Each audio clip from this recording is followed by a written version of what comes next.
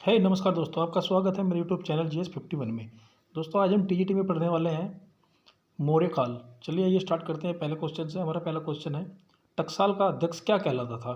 तो दोस्तों मौर्य काल में जो टकसाल थी उसका एक अध्यक्ष होता था और जिसको हम कहते थे लक्षणा अध्यक्ष। लक्षणा अध्यक्ष कहते थे। दोस्तों देखिए टकसाल में क्या होता है, सिक्के की छपाई होती है, सिक्का वहाँ पर बनाया जाता है। तो सिक्के जो होता है उस पर हम लक्ष्मी एक प्रकार से रिलेट कर सकते हैं। तो आप इसको देख सकते हैं, लक्षणाध्यक्ष लक्ष्मी वहाँ पर तैयार की जाती है, तो लक्षणाध्यक्ष टकसाल का कहलाता था। चलिए नेक्स्ट देख लेते हैं। मौर्य काल में सोने चांदी तथा तांबे के सिक्के को कहा जाता था, क्या कहा जाता था। तो दोस्तों आपको पता होगा, सोने के जो सिक्के थे उसको निष्क कहा जाता था और जो चांदी के सिक्के थे उसको करसापण कहा जाता था और जो तांबे के सिक्के थे उसको मासक कहा जाता था। तो दोस्तों यहाँ पर ये जो इसका ए है ये सही उत्तर है, परंतु इसमें जो थोड़ी सी मिसप्रिंटिंग हो गई है, ये यहाँ पर नए की जगह कै है। तो दोस्तों ये है करसापण, तो ए इसका सही आंसर होगा। चलिए नेक्स्ट क्वेश्चन देख लेते हैं। तांबे के छोटे सिक्कों को क्या कहा जाता था। तो दोस्तों ये तो आप मासक बोलते थे हम, लेकिन तांबे के उससे भी छोटे छोटे सिक्के बनाए गए थे जिनको हम कहते थे काकनी, उनको हम बोलते थे काकनी। तो काकनी इसका करेक्ट आंसर होगा, काकनी या काकनी। चलिए नेक्स्ट क्वेश्चन देख लेते हैं। मौर्य काल में लड़कों एवं लड़कियों की विवाह हेतु आयु क्या थी, मतलब कितनी आयु में वे वयस्क हो जाते थे। तो दोस्तों इसका सही आंसर है 16 व 12। 16 व 12 इसका करेक्ट आंसर होगा। चलिए नेक्स्ट क्वेश्चन देखते हैं। मेगास्थनीज भारतीय समाज को कितने वर्गों में बांटता है। तो दोस्तों मेगास्थनीज जो है वो भारतीय समाज को 7 वर्गों में बांटता है, 7 वर्गों में बांटता है। नेक्स्ट क्वेश्चन देखते हैं। दोस्तों खरोष्ठी लिपि जो है वो लिखी जाती थी दाएं से बाईं ओर या बाईं से दाईं ओर या नीचे से ऊपर की ओर। तो दोस्तों हमारी जो खरोष्ठी लिपि थी वो लिखी जाती थी दाईं ओर से बाईं ओर। तो दोस्तों लेकिन इसका लिखने का कुछ क्रम ऐसा था, पहले हम इधर से इसको ऐसे दाईं ओर से ऐसे लिखते थे और फिर हम इधर से ऐसे लिखते थे और फिर हम इधर से ऐसे लिखते थे। तो दोस्तों आपको समझ में आया होगा, जो खरोष्ठी लिपि है वो उसकी शुरुआत दाईं ओर से बाईं ओर होती थी। चलिए नेक्स्ट क्वेश्चन देख लेते हैं। पाटलिपुत्र राजमहल चारों ओर जो कितनी चौड़ी खाई थी।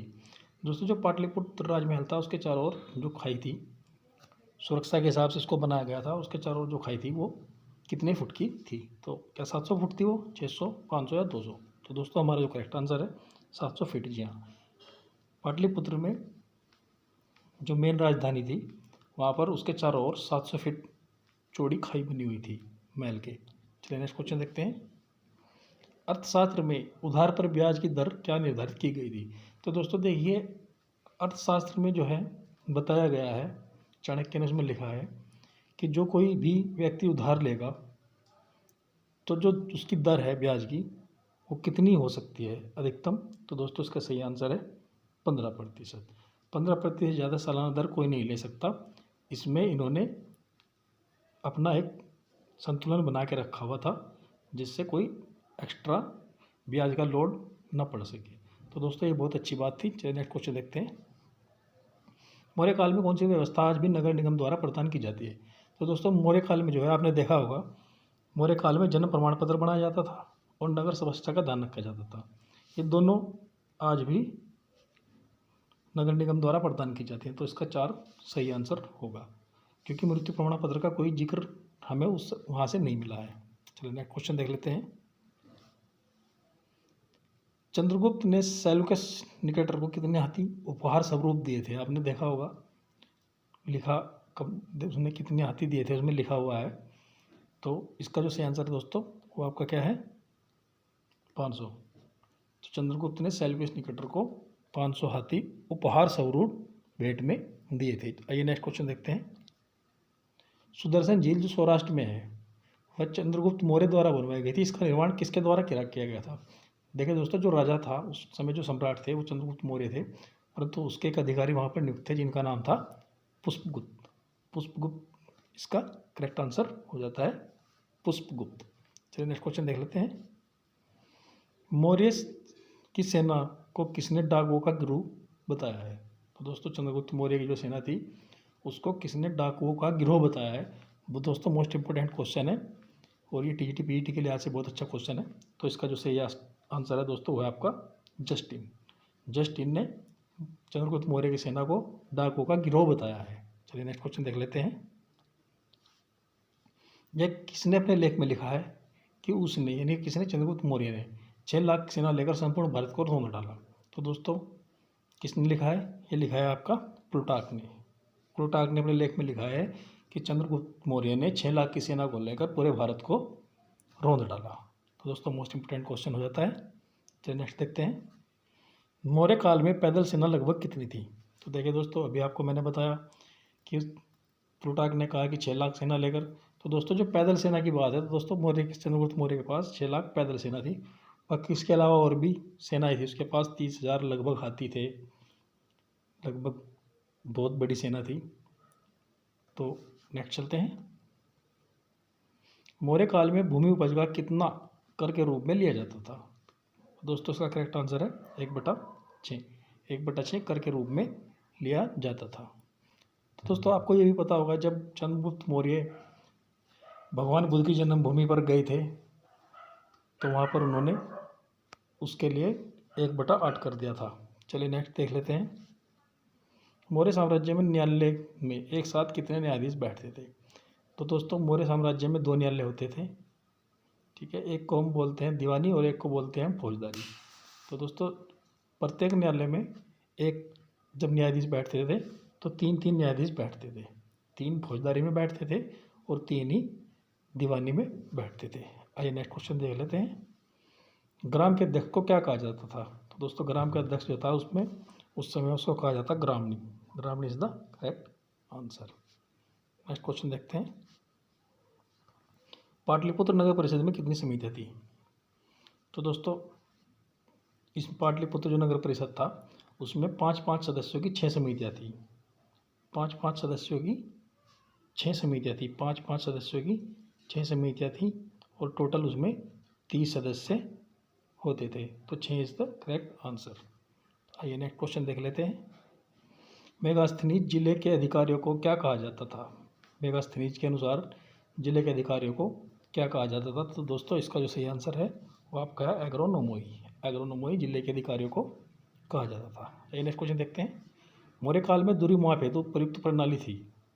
तो दोस्तों मौर्य काल में दूरी को मापने के लिए हम किस का प्रयोग करते हैं? दोस्तों ये फरलांग है, यहाँ पर फरलांग। तो किसका प्रयोग करते थे दोस्तों? हम प्रयोग करते थे स्टेडिया का। अब देखिए दोस्तों स्टेडिया होता क्या था। ये जो स्टेडिया है 1 किलोमीटर में 1 किमी बराबर